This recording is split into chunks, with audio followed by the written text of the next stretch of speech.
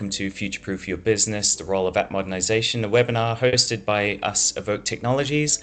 But the real stars of the show are our guest speakers on today, and that is Faizul Zakaria. He is the ICT Director from Haileybury College, and also Sally Bidarvatan, who is the Senior Manager of Product Assurance and Test at Nanosonics. They're two fantastic speakers with a wealth of knowledge. Now, for those of you who are joining us live on this webinar, you have the absolute pleasure of being part of the open Q&A session that's going to be at the end. We want you to keep those questions coming, so please send them during the session. If you're joining us on Teams, you will see a Q&A button at the top of your screen. Please, anytime throughout this session, put in your questions, upvote the questions that you like that other people have already asked, and keep adding comments as we go. So let's jump straight into it. My name is Nishveer. I am the ICT or the Sales Director at Evoke Technologies, and I'll simply be hosting this session. So let's go to today's agenda.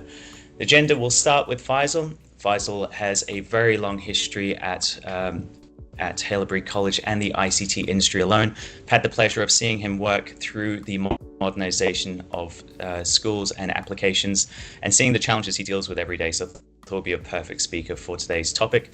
And then moving on to Sally, who has a long history in medical devices and manufacturing. She brings a very unique look and perspective to how you can increase quality assurance, test, and modernize the whole area of manufacturing for Australia, looking into things like AI that's coming in the future. And we'll move at the end to the Q&A session, as I mentioned before. Please note that this session will be recorded and we will be publishing it on our social channels at Evoke Technologies. So if you want to share it with your friends and colleagues, please do so there. Here are the two speakers, as I mentioned before. I gave the quick introduction, but what we'll do now is I'll simply move straight across to Faizul and let him begin his session. So over to you, Faizul. Thank you very much. Thank you, Nish, for the introduction. Today we're diving into how modernizing and consolidating our applications and systems can streamline your organization's operations and improve experiences for your stakeholders. The stats that you see on this slide shows that it is not uncommon for us to have more than one online subscription service. I personally have 4 currently, much to my wife's dismay and my wallet.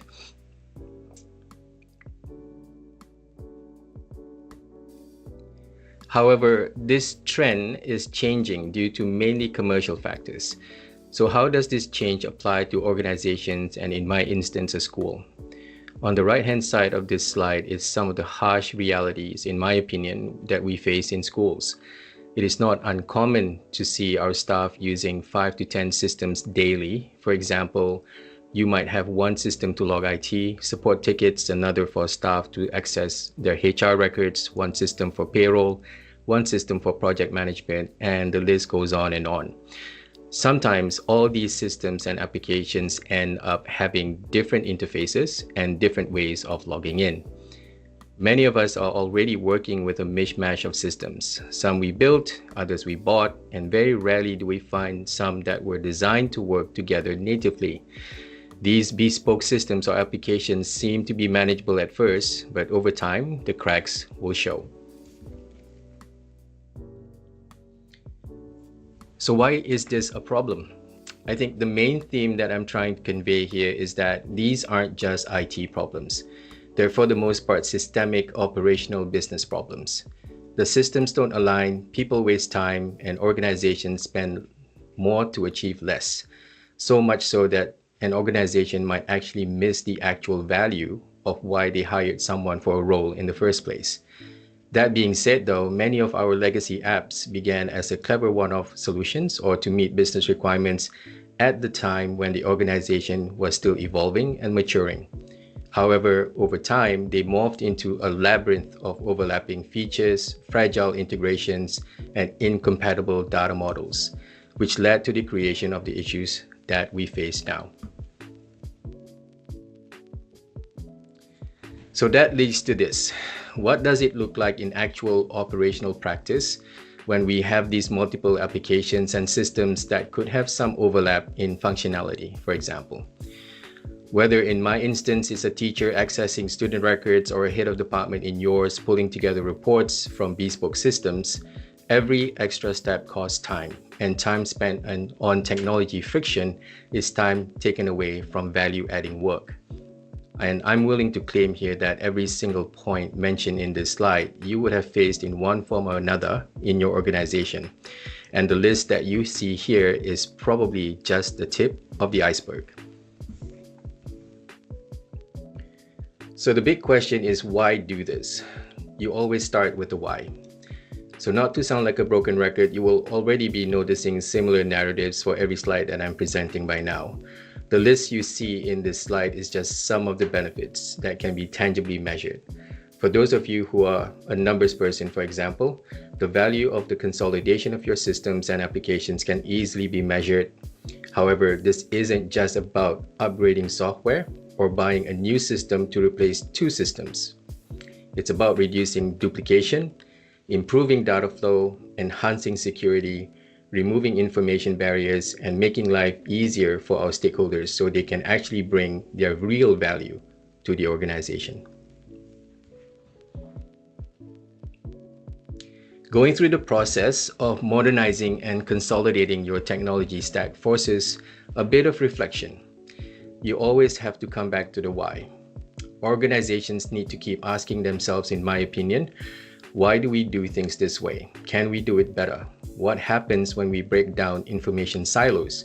Are organizations providing their staff information that empowers them and leaves them time to be curious and actually do the work that they've been hired to do? If you or your organization do decide to go through with this consolidation and modernization exercise, take the opportunity to reassess everything and reimagine how your organization could function without technology friction and at the same time reducing your tech debt. One of the ways that you can measure ROI, which will always be asked in this type of big exercises, is how can we measure it tangibly? If you look at this slide, one of the measurable ROI here is time, which has a domino effect, leading to, some might say, intangible areas. Benjamin Franklin once said that lost time is never found again, and in this instance, think about measuring time not in months, but in minutes, saved per user per day. When 15 minutes are saved across hundreds of staff daily, the impact is exponential. In a school's instance, a streamlined environment lowers frustration, supports accessibility, and lets teachers focus on pedagogy, not passwords. Students will benefit from a consistent user experience, especially those with additional learning needs, and parents and guardians get the feedback they require about their student in a timely, accurate, and meaningful manner. Some of the other tangible ways to measure ROI, if you have been asked to do it more of a dollars and cents perspective, by consolidating our applications and systems, we often will eliminate duplicate software, reduce vendor reliance, and improve oversight. The financial savings are real, and so is the reduction in risk. So if you look at it from a cybersecurity perspective, it's a simple equation actually. The less applications and systems you have, the smaller the attack vector that a threat actor will be able to use against you. This is what good looks like for us when we are reimagining a future where systems are invisible and they just work, where staff feel supported by technology and not burdened by it. That's just one of the visions that our system and application modernization journey will help realize. When the technology landscape is fractured, energy that could be spent on creativity and relationship building, which is especially important in my industry, leaks away on troubleshooting, memorizing workarounds, and supporting the growth of shadow IT inadvertently.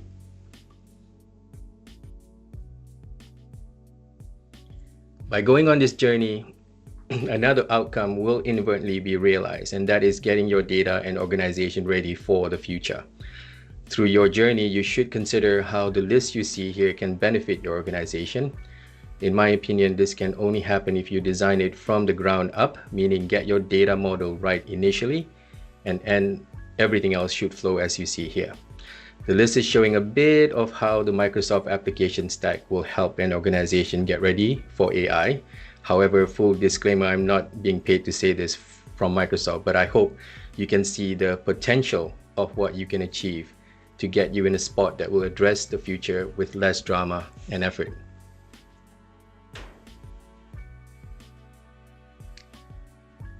These are some of the other benefits that we are hoping to realize. So let me try to tell you a story about this slide from a school's perspective.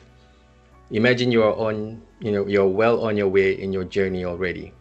It's Friday afternoon and you're walking through the school corridors. You see teachers are packing up early because their AI assistant has helped them draft lesson plans and maybe mark quizzes for them. That's around 9 extra hours this week, hours they now spend on richer class discussions and frankly calmer evenings at home for them. Meanwhile, the leadership team opens up their dashboards and sees a drop they've been chasing for years, which is unjustified absences are down 10% since last term. Because your school information system now has been modernized, behavior and well-being feeds are finally clean and connected in a meaningful way. The AI predictive model had flagged at-risk students even before this engagement became a serious issue. Counselors have been reached out to, our families felt supported, and students stayed in class. Month end hits, the government census report that once stole possibly 3 days of IT's life is now down to a click. Every dataset already carries a privacy tag and policy, so auditors leave with compliments instead of red flags. Finance feels it too. We retired the just-in-case legacy apps and cut up to a quarter of our license and hosting spend, money now redirected to student programs rather than servers. And finally, the people using the tools actually understand them. Remember to train your staff in using the system consistently, as well as AI responsibilities, swapping tips in corridors, for example, and embedding AI into daily routines. The technology isn't a shiny add-on. It should be quietly powering better teaching, smarter decisions, and tighter security, showing proof that the hard work of how modernization translates into real, measurable wins for everyone in the school. This slide lays out a 30,000-foot view of the journey ahead, a journey that can feel overwhelming if you try to tackle it all at once. Think of it as a series of linked stages rather than a single monolithic task. Start from discovery and inventory, move into quick win cleanups, then iterate through deeper refactoring and consolidation sprints. Most importantly, pace yourself. A measured cadence prevents fatigue and keeps stakeholders engaged instead of exhausted. Equally critical is the power of the community. We reached out to several peer schools and even a few commercial organizations that had already modernized their ecosystems. These conversations were priceless. They validated our initial roadmap, revealed blind spots we hadn't considered, and surfaced gotchas that simply don't show up in vendor brochures. Things like hidden data migration costs or the cultural shock of retiring a beloved legacy tool were quickly identified. So as you digest this high-level plan, remember 2 guiding principles. Chuck the work so that people can see progress early and often, and learn publicly by comparing notes with others. Taken together, these habits transform a daunting multi-year program into a series of achievable milestones, each one informed by real-world lessons rather than guesswork. My opinion is organizations should not be modernizing or consolidating just for the sake of it. At Hilbury, we set clear goals that we would like to achieve, and we're doing it to reclaim time, simplify our complex business requirements and processes, and enable people to do the work that matters and bring value. Modernization is a strategic enabler, turning fragmented, time-hungry systems into an integrated ecosystem that amplifies human potential. So before you look at buying a new system or application to support your organization, pause and think how this new solution will affect not only your users, but your long-term strategy on simplifying your tech stack. Technology's main goal is to simplify our lives. If it's not doing it for you and your organization, then it's time for some reflection and re-strategizing. And that wraps up my session. Thank you. Thank you very much, Faisal. Great session. I think everyone would get something from that. One guiding principle that I've learned in my career in IT is that no matter what industry someone's in, the challenges are very much across all the different industries. So someone in education may have a challenge they're trying to fix, and you in manufacturing or in ICT or any other industry will take one, two, three, four things away from it and be able to apply it to their business. So many different principles that Faisal brought up. Thank you so much for bringing that across. I believe you started this role, or it's not the role, but you started this project of application consolidation and modernization about 5 years ago, and you're still going through it to make sure that you do the planning correctly. So please, as mentioned before, you will see at the top your Q&A button in your Teams for the people who are joining us live. Please drop your questions to Faisal as we go through this, and we will be going through that in the live Q&A session at the end. To that point, you will see on camera those joining us, you'll see Sally Bidarvatan from Nanosonics, and I would like to call her to the front, please, if you would like to take us through your session. Sure. Thank you very much, Nish. Good day, everyone, and it's great to be here. I'm going to take you through the journey that we've taken at Nanosonics for future-proofing our company in the way that we control and manage our quality and our product assurance. I would like to start with a simple idea. In medical device, quality isn't a feature, it's a necessity.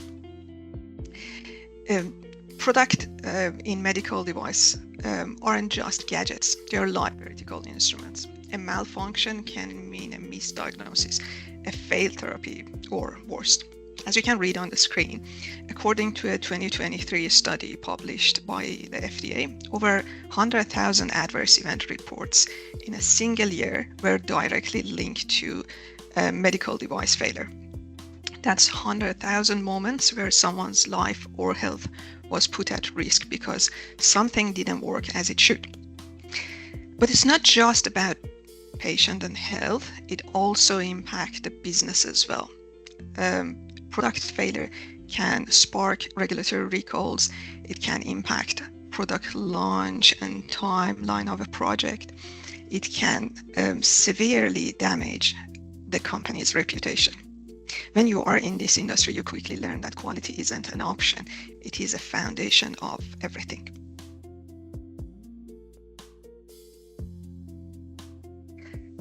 Let me take you through what traditional medical device manufacturing often looks like.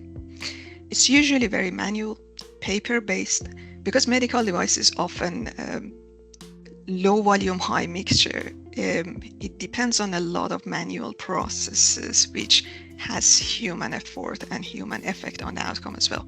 There are a lot of siloed systems as well. The systems operate individually and usually independently with limited data exchange and integration.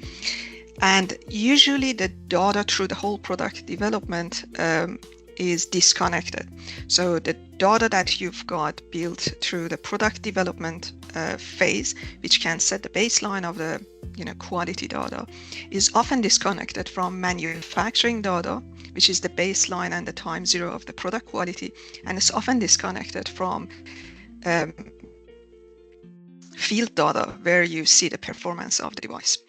All of that lead to delayed investigations, firefighting mode during issues, redundant testing setups and systems, and most critically, an inability to detect problems early. You are left proving quality only after something has gone wrong. It is slow, it's reactive, and it's often not good enough.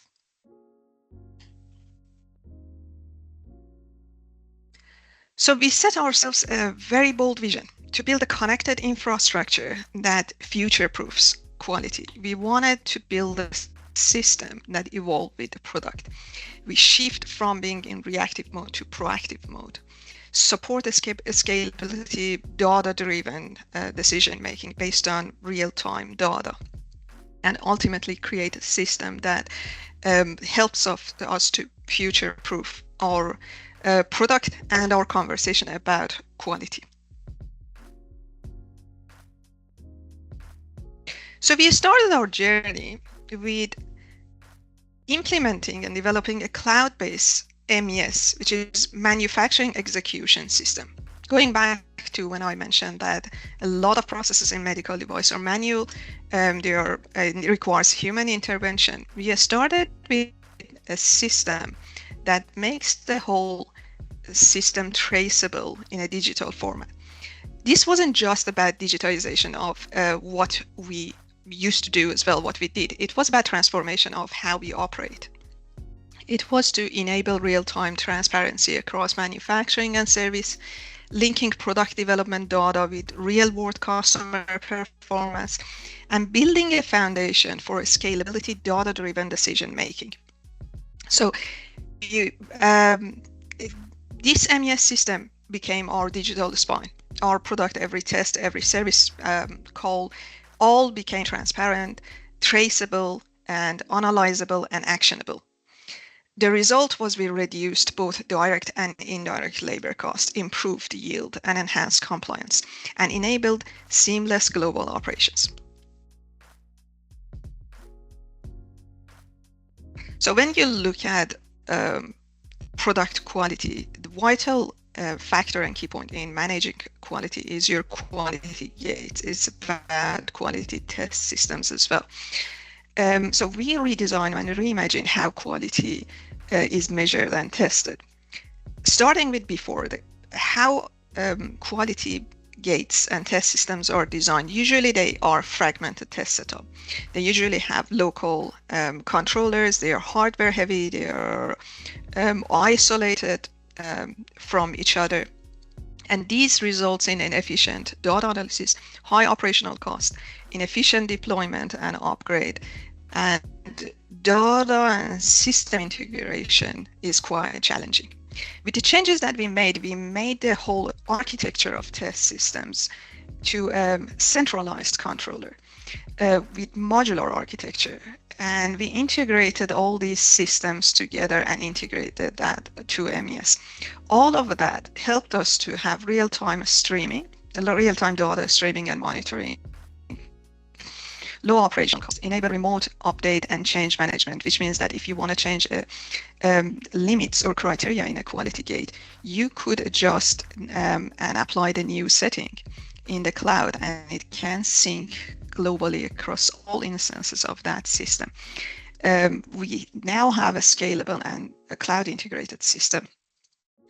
All of that enabled us to have more reliable quality gates to measure our product quality.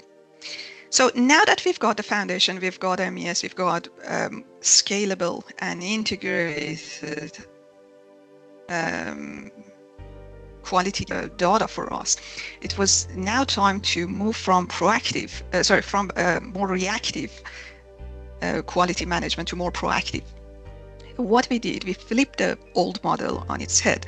Instead of starting with a failure and then searching for data, we continuously fed inline test result, simulation data, product development data, and service logs into a central data lake.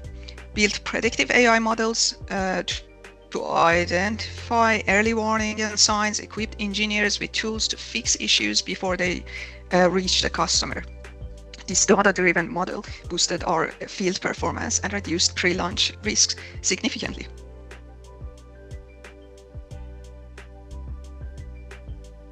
So the outcome was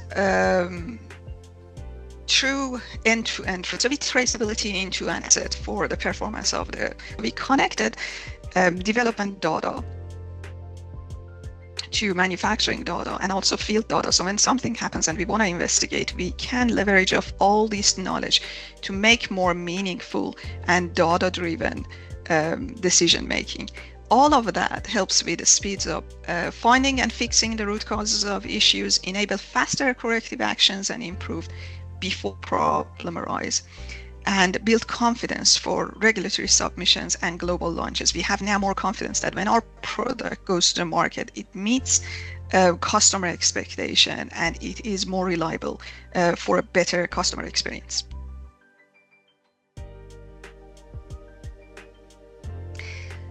So the outcome what did this deliver? It delivered faster product launch with fewer surprises, significant cost saving through reduced capexes and optimized labor, improved compliant data quality, and operational agility. We didn't just digitize, we redefined how quality is achieved. Let me say this clearly. I think digital infrastructure built intentionally can change not just manufacturing efficiency, but the entire product quality conversation.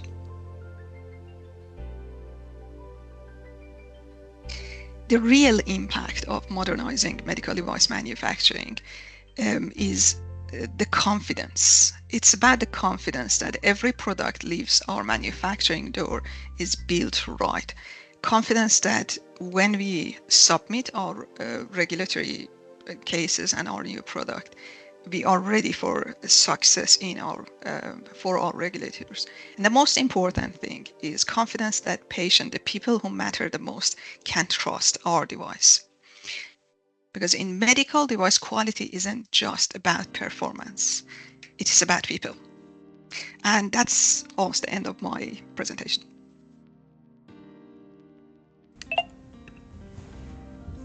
Excellent. Thank you so much, Sally. Really great presentation again. It's such a complex and very bespoke, nearly in every manufacturing company I've met. Just such a complex environment everywhere through, from front to back. And for you, when you're dealing with humans, you're dealing with medical devices, as you said at the start, the testing can result in potentially someone losing their life. So the level of quality assurance and testing you have to go through to make sure that your device is up to standard must be very stressful, to say the least. So thank you so much for sharing your insights there.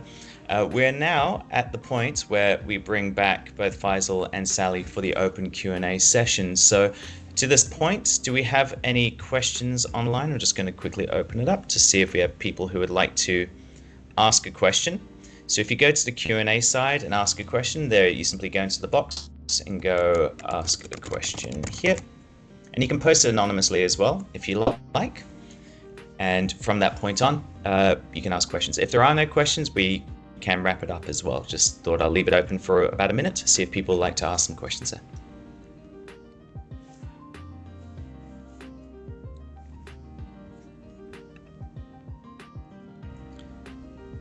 Okay, we have a question. Are there specific risks when modernizing regulated industry applications? I guess that one is for Sally.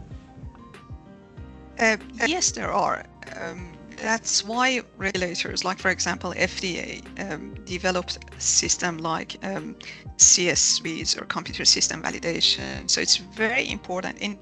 Generally, we've got a sort of V mechanism that the product development lifecycle starts with user needs, and you've got design a specification, then you do your verification and you do your validation to ensure that the requirements are met.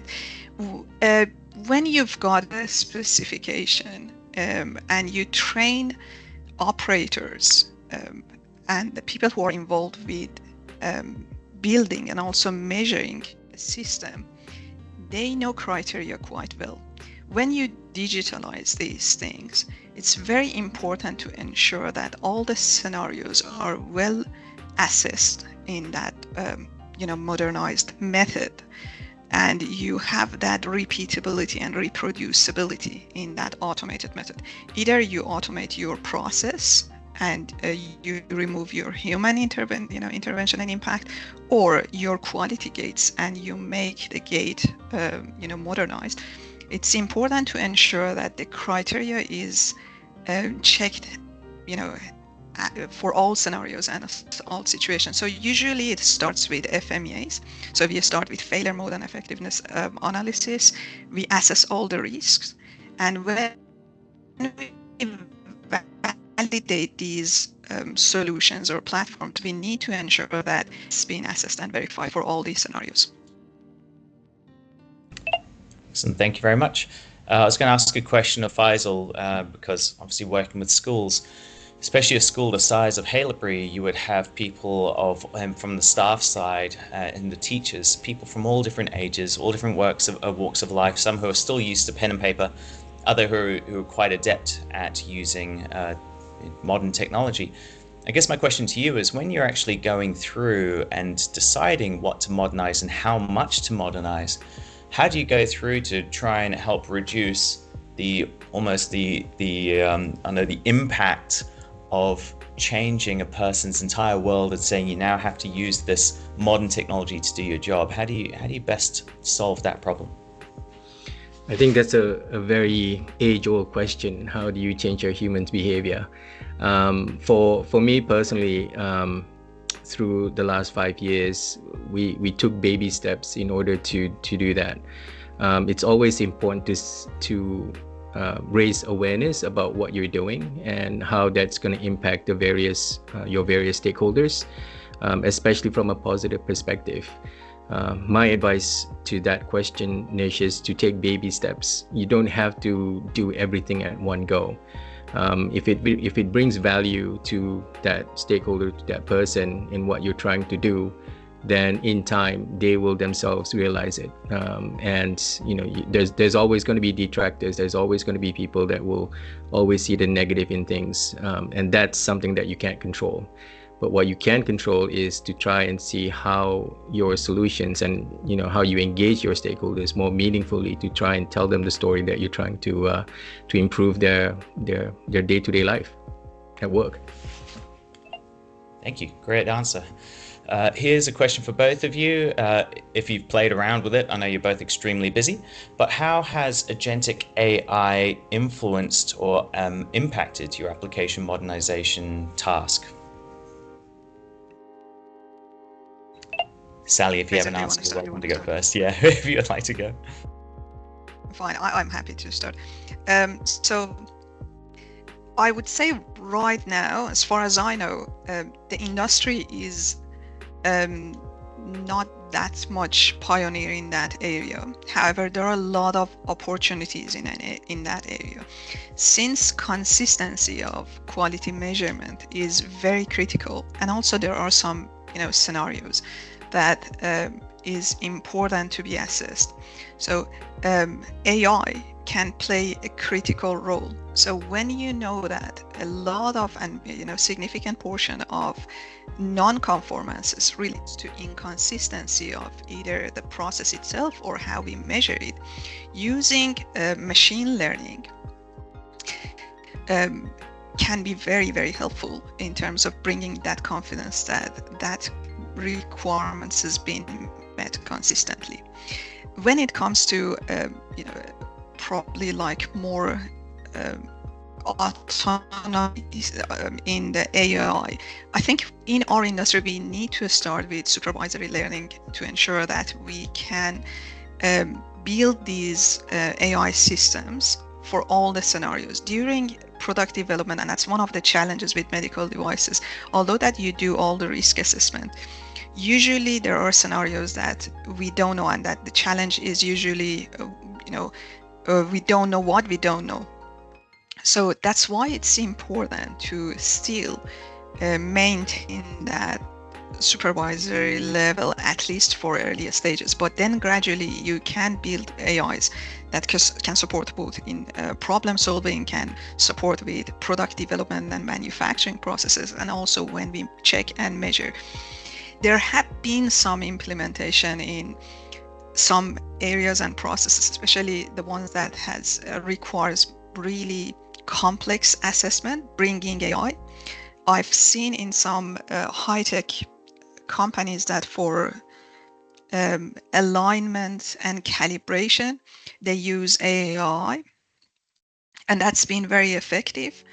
We've got a long way to go, but I think there are a lot of opportunities that can build confidence in the product and process. Thank you. And Faisal? I think agentic AI has a lot of possibilities. I think that it's still fairly new, and I think businesses or organizations will struggle to see how it can benefit them in the long run. at this point in time, I think we try to focus on what we've been trying to say, or I've been trying to say earlier today, is that you got to get your plumbing right first before you can even do this.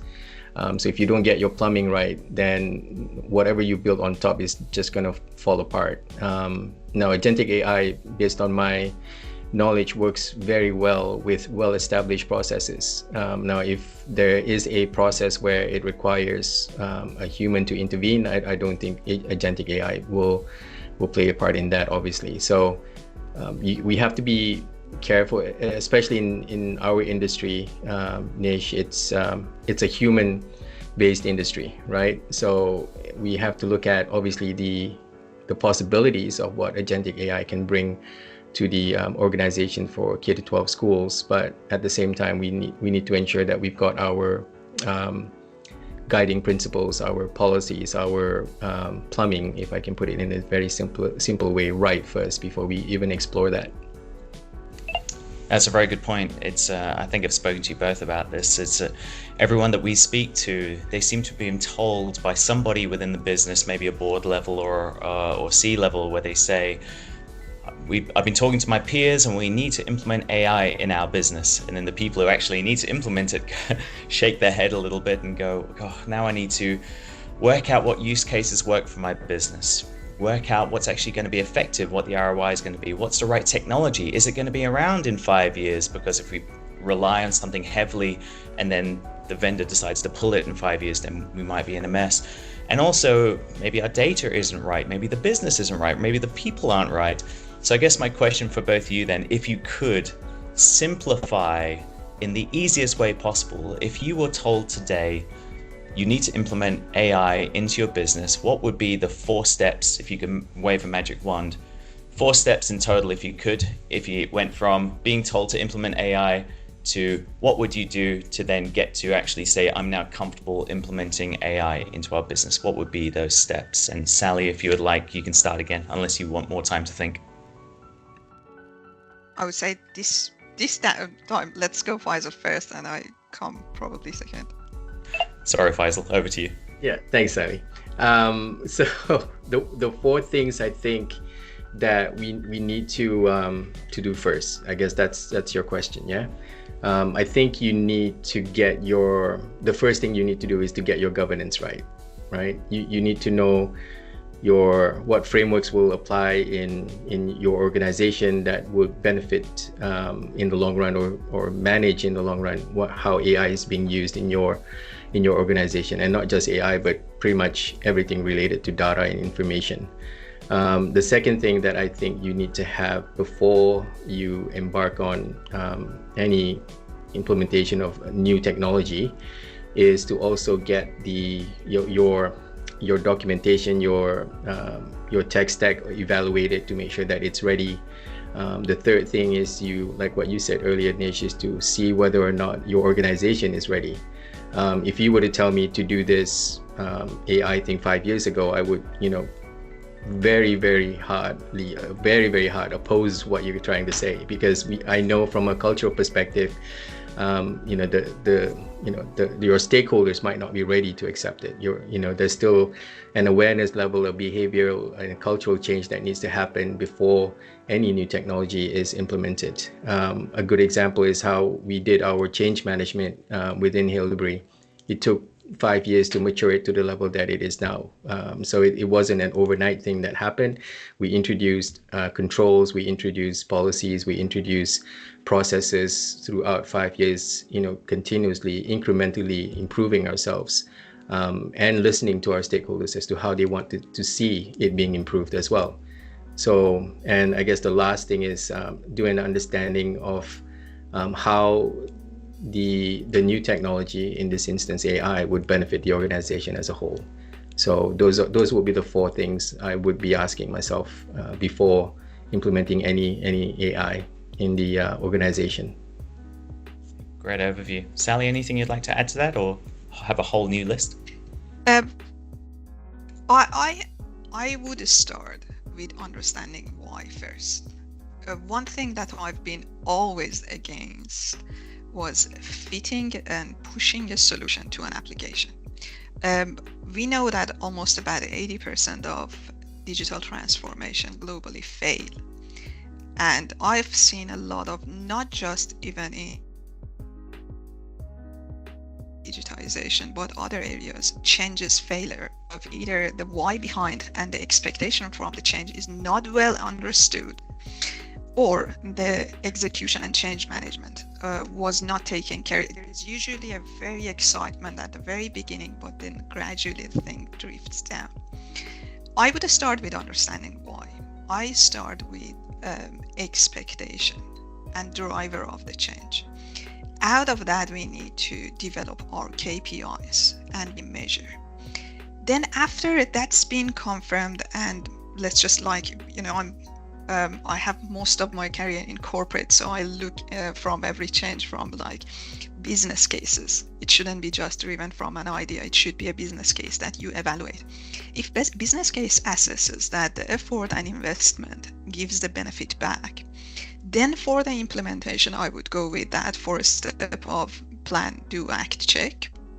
So based on understanding the why, based on understanding the expectation, we plan, as Faizal mentioned through all his presentation and some explanation. It's very important to go step by step and baby steps. You need to develop phases. Some of these, big changes and major changes that would be revolutionary, the interconnectivity and interlink of these systems with other systems is often not well understood, and it's very important to understand these things during planning phases as well. But yeah, I would start with ensuring that the foundation is right, the expectation is right, and when we go through the implementation, I would start with a good planning, then we do the action, and we have to do the check and measure that. I agree completely. Sometimes, I mean, we've seen so many, sometimes you can call it a fad, other times it then becomes, I think people are wary that, is AI going to be a fad or is it actually going to be essential? I'm not sure if everyone's really quite got that answer yet. Even saw a research report come out recently saying that potentially in about 3 years, 80% of the AI that has been put into businesses will be removed and they'll go back to how they were doing business before. So people are weighing up options both ways. And so the main point is do it, as you said, Sally, honestly have a really good reason why to do it, when to do it, and if it's actually going to be a true benefit long term for your business. So very good answer. Thank you so much. I guess at that point, it brings us to the end of the session. I want to say one more time a huge thank you to Sally and Faizul. For those of you who don't know them or aren't connected with them already on LinkedIn or professional networks, please connect with them. Very open, very knowledgeable, great people to sit down and have a chat to. And thank you so much. We will be running our next session like this on mid-October. So we want to do one every single quarter. Even if you don't work with Evoke today, please put your hand up, reach out to me, let me know if you'd like to be part of our next webinar series. So again, thank you, Faizul. Thank you, Sally, for being part of this. And thank you for those of you who are watching this as a recording and for those of you who joined us live. Hope you had a great session. Thanks, Nish, for having us. No, thank you so much. Hope you have a great day and speak to you again soon. Catch you. Bye.